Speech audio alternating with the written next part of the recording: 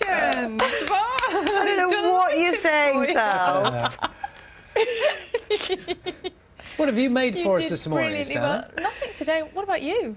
Yeah, I've been busy. It is a brilliant disaster. Have we tasted it yet? I really wouldn't recommend tasting it. Okay. For health and safety reasons, Okay. do not touch it. You've been a busy bee at the moment, though, haven't you, Louise? Not Yes. just MasterChef, also hosting the celebration of 50th anniversary of The 1966 England's World Cup, World yes. Cup win. I just want to bring this to your attention. That's in the papers this morning. It is in today's Sun. There was a couple of brilliant documentaries. And the women weren't invited. Weren't invited. It was brilliant. There was a lovely moment in the documentary at the weekend where they talked about the fact that the men all sat down and then kind of realised that the wives were suddenly not there. Gone. And like actually, the women I think were upstairs in a small balcony room having like a little dinner around a little table on their own. They were though, as compensation, given a small gift, and it was a pair of scissors. I knew it was going to be something sort of kitchen-based.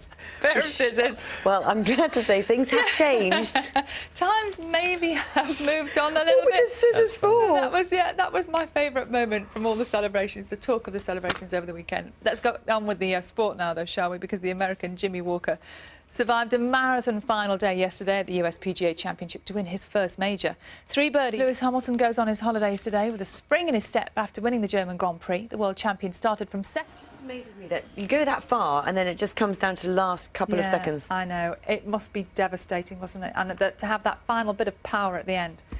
We mentioned the Olympics and people off to the Olympics because, of course, the countdown to this week's, we can say it now, this week's Olympics is well underway. We're joined in the studio now by 2 athletes who are known. And I just gathered from that little chat, are you straight to the airport after that? At big games like this, at this point, we are always talking about this isn't ready, that's not going to work, Yeah. the athletes' village is a nightmare. To happen a lot, doesn't it? But for this Olympics, more than any other, there have been a series of problems. Logistics. The doping scandal, for a start has cast a huge shadow.